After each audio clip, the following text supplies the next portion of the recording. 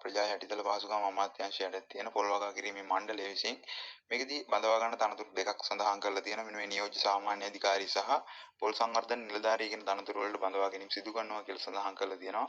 මම ඔයාලට වීඩියෝ එකකින් විස්තරය කියන්නේ මෙන්න මේ පොල් සංවර්ධන නිලධාරී කියන තනතුරට අදාළව අවශ්‍ය කරන අධ්‍යාපන සුසුකම් සහ අයදුම්පත් යොමු කරන ආකාරය පිළිබඳව. එතකොට මේකට අවශ්‍ය වෙන අධ්‍යාපන සුසුකම් විදියට සඳහන් කරලා තියෙන්නේ තෘතීය හා වෘත්තීය අධ්‍යාපන කොමිෂන් සභාව විසින් පිළිගත් කාර්මික හෝ වෘත්තීය පුහුණු ආයතනයක් විසින් නිකුත් කරන ලබන කෘෂිකර්ම ක්ෂේත්‍රයට අදාළව NVQ 5 මට්ටමේ සහතිකයක් ලැබපු කෙනෙක් නම් ඔයාලට මෙන්න මේ පොල් සංවර්ධන නිලධාරී කියන තනතුර සඳහා අයදුම්පත් යොමු කිරීමේ හැකියාව තියෙනවා. මේකට සාමාන්‍ය පෙළ උසස් පෙළ කියන අධ්‍යාපන සුසුකම් ඉල්ලලා නැහැ. මෙන්න මේ NVQ 5 කියන සහතිකය තමයි ඉල්ලලා තියෙන්නේ. එතකොට ඒ කෘෂිකර්ම ක්ෂේත්‍රයට අදාළ NVQ 5 කියන සහතිකයක් ඔයාලට තියෙන්න ඕනේ කියලා සඳහන් කරලා තියෙනවා.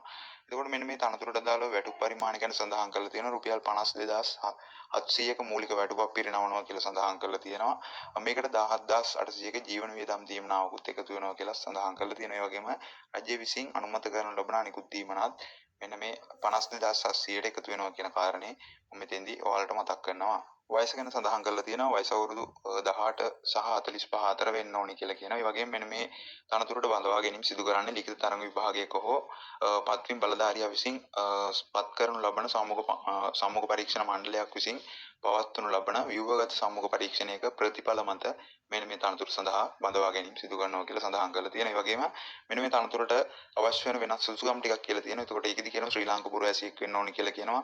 තනතුරට පැවරෙන කාර්යයන් මැනවින් ඉටු කිරීමට මෙන්ම දිවෙනේ ඕනෑම ප්‍රදේශයක සේවය කිරීමට ප්‍රමාණවත් කායික මෙන්ම මානසික යෝග්‍යතාවයකින් යුතු පුජ්‍යලයක් වෙන්න ඕනි කියලා සඳහන් කරලා තියෙනවා. ඒ වගේම විශිෂ්ට චරිතයකින් යුතු පුජ්‍යලයක් වෙන්න ඕනි කියලාත් මේකෙදී සඳහන් කරලා තියෙනවා. ඊට පස්සේ බලමු අපි මෙන්න මේ තනතුරට දාලා අයදුම්පත් යොමු කරන්න ඕන ආකාරය කොහොමද කියලා. ඒකට අයදුම්පත් අනිවාර්යයෙන්ම 2025 10/10 දිනට කලින් යොමු කරන්න කියලා සඳහන් කරලා තියෙනවා. ඒ වගේම අයදුම්පත් ආකෘතිය වලට පුළුවන් www.coconutsrilanka.lk කියන වෙබ් අඩවියෙන් අයදුම්පත් ආකෘතිය ලබා ගැනීමේ හැකියාව තියෙනවා කියලා සඳහන් කරලා තියෙනවා.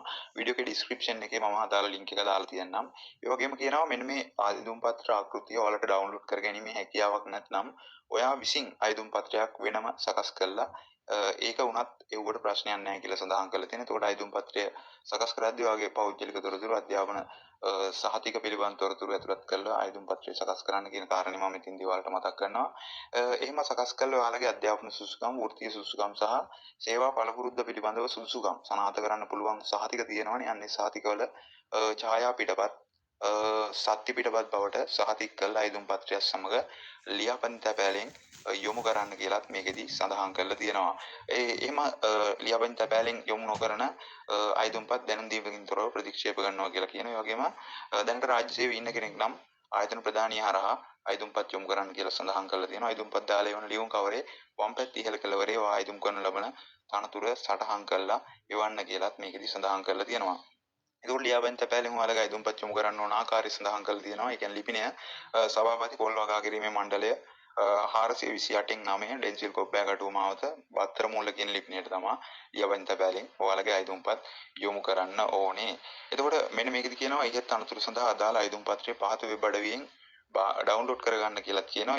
ඒ වගේම එසේ භාගත ඩවුන්ලෝඩ් කර ගැනීමේ යම් අපහසුතාවයක් ඇති වුවොත් ඔයාලට පුළුවන් කියලා කියනවා. ඔයා විසින් සකස් කරපු අයදුම් පත්‍රයක් මෙන්න මේ තනතුරු සඳහා අයදුම්පත් යොමු කිරීමට භාවිතා කරන්න පුළුවන් කියලා